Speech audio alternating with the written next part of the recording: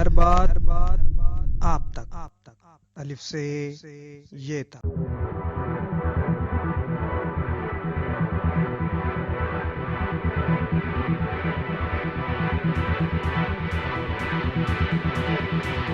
अलिफ से ये तक में आप सबको खुशामदीद।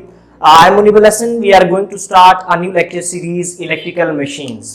In our today's lecture, we will discuss about the introduction of electrical machines and definition of electrical machines, the basic terms used during the study of electrical machines like rotational acceleration, rotational position, rotational velocity, torque, etc. First of all, I will discuss about electrical machines definition. An electrical machine is a device that can convert either mechanical energy into electrical energy और electrical energy into mechanical energy.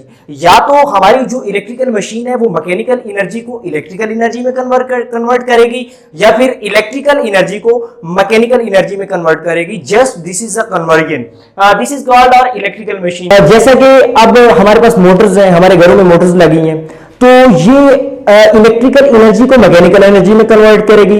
और दूसरी तरफ हम देखें generators को, तो वो जो है वो मैकेनिकल एनर्जी को इलेक्ट्रिकल एनर्जी में कन्वर्ट करते हैं। तो सिंपली हमने ये देखा कि ये सिंपली पावर कन्वर्जन है, इलेक्ट्रिकल टू मैकेनिकल और मैकेनिकल टू इलेक्ट्रिकल। जैसा कि हम देखते हैं जी मोटर्स हैं, जनरेटर्स हैं। अब मोटर जो है वो हमारी इलेक्ट्रिकल एनर्जी को मैकेनिकल एनर्जी में कन्वर्ट कर रही है। जैसे कि पंखा है हमारे पास, हम घरों में पानी जो है वो पंप करने के लिए मोटर्स का इस्तेमाल करते हैं। तो हम बेसिकली वो electrical energy as a input दे रहे हैं और मैकेनिकल वर्क जो हम ले रहे हैं वो हमारी आउटपुट है। तो ये इलेक्ट्रिकल टू मैकेनिकल कन्वर्जन है। तो दूसरी तरफ हम देखते हैं जी जनरेटर्स। जनरेटर्स क्या करेंगे जी, मैकेनिकल एनर्जी टू इलेक्ट्रिकल।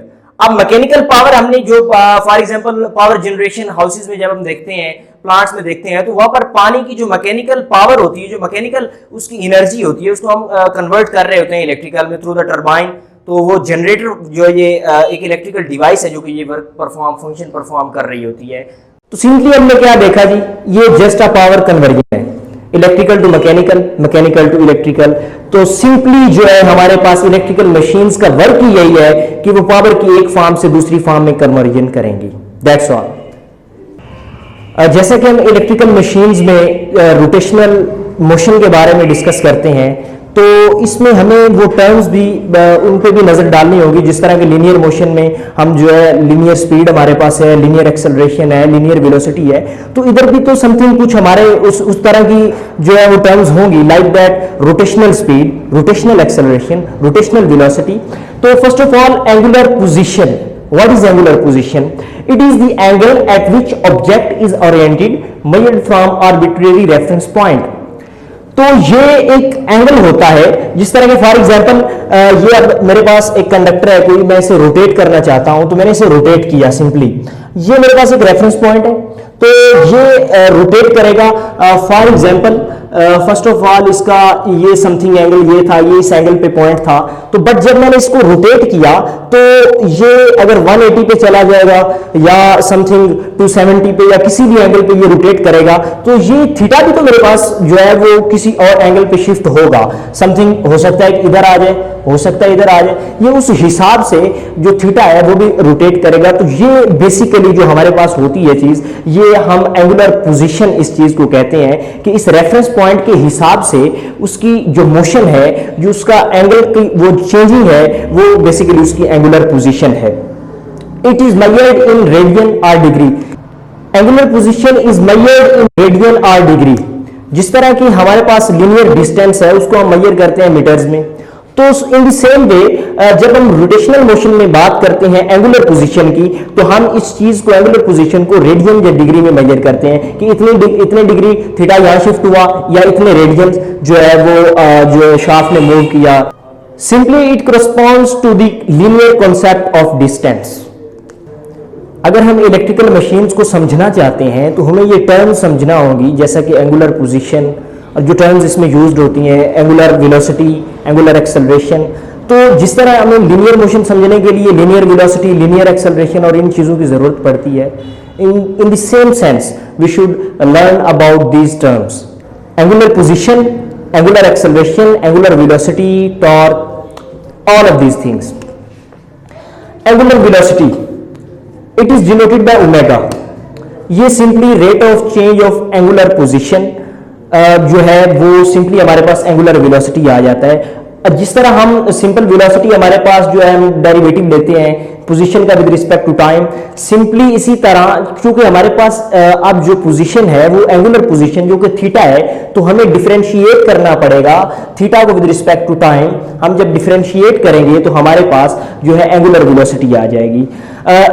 अब हम ये देखेंगे कि एंगुलर वेलोसिटी पॉजिटिव की सूरत में होगी और नेगेटिव की सूरत में होगी। हम अज्यूम करेंगे कि अगर जो है काउंटर क्लॉकवाइज रोटेशन है तो हमारे पास वेलोसिटी जो है एंगुलर वेलोसिटी वो पॉजिटिव है। काउंटर क्लॉकवाइज सिंपली अगर हमारी जो पोजीशन है वो इस साइड पे मूव कर रही है तो फिर हमारे पास जो वेलोसिटी आएगी वो काउंटर क्लॉकवाइज वो पॉजिटिव होगी। लेकिन अगर इंस्टेड ऑफ दिस अगर इस साइड पे मूव करते हैं तो हमारे पास जो है क्लॉकवाइज होगा और क्लॉकवाइज जो है वो एज ए नेगेटिव लेंगे, एंगुलर वेलोसिटी वो हमारे पास नेगेटिव होगी। तो यूनिट्स इसकी क्या है, अब हम यूनिट्स डिस्कस करते हैं। इसके लिए हम जो है रेडियन पर सेकंड भी लेते हैं, रेवोल्यूशंस पर सेकंड भी होती हैं और हमारे पास रेवोल्यूशंस पर मिनट, ये 3 यूनिट्स हम इसमें इस्तेमाल करते हैं। अब हम ये बताएंगे कि इनका आपस में रिलेशन क्या है, ये एक दूसरे से रिलेट कैसे करते हैं, तो नेक्स्ट इक्वेशंस में हम वो डिस्कस करते हैं। जैसे कि हमने पीछे डिस्कस किया कि unit of omega is radian पर सेकंड और रेवोल्यूशंस पर सेकंड, रेवोल्यूशंस पर मिनट। तो अब हम इनके देखेंगे कि आपस में यूनिट्स के रिलेशंस क्या हैं। जैसा कि एमएम जैसा कि रेवोल्यूशंस पर मिनट हम इसको रिलेट करेंगे जो रेवोल्यूशंस पर सेकंड्स के साथ। तो जैसे कि हमने पीछे पढ़ा कि एमएम जो है ये रेवोल्यूशंस पर मिनट है और एफएम रेवोल्यूशंस पर सेकंड है। तो इनका हमने रिलेशन बनाया, जैसा कि 1 मिनट में 60 सेकंड्स होते हैं तो मैंने 60 को मल्टीप्लाई सिंपली कर दिया एफएम से, तो मेरे पास ये एनएम में आ जाएगा। रेवोल्यूशंस पर मिनट में मेरे पास वो स्पीड शाफ्ट की स्पीड आ जाएगी। इसी तरह जैसा कि रेवोल्यूशंस पर सेकंड है मेरे पास, इनका मैंने रिलेशन जो है वो रेडियन पर सेकंड के साथ ये उसके रिलेशन का फार्मूला लिखा है, ओमेगा एम डिवाइडेड बाय 2 पाई से मैंने कर दिया। तो ये मेरे पास जो है स्पीड रेवोल्यूशंस पर सेकंड में आ। Now we are going to discuss angular acceleration.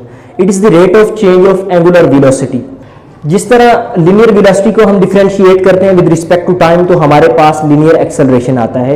In the same way जब हम ओमेगा का जो कि हमारे पास एंगुलर वेलोसिटी है उसको डिफरेंशिएट करेंगे विद रिस्पेक्ट टू टाइम तो हमारे पास जो अल्फा आएगा वो एक एंगुलर एक्सेलरेशन है। तो जिस तरह इसका हमारे पास यूनिट है मीटर पर सेकंड स्क्वायर, तो इसका हमारे पास आ जाएगा रेडियंस पर सेकंड स्क्वायर।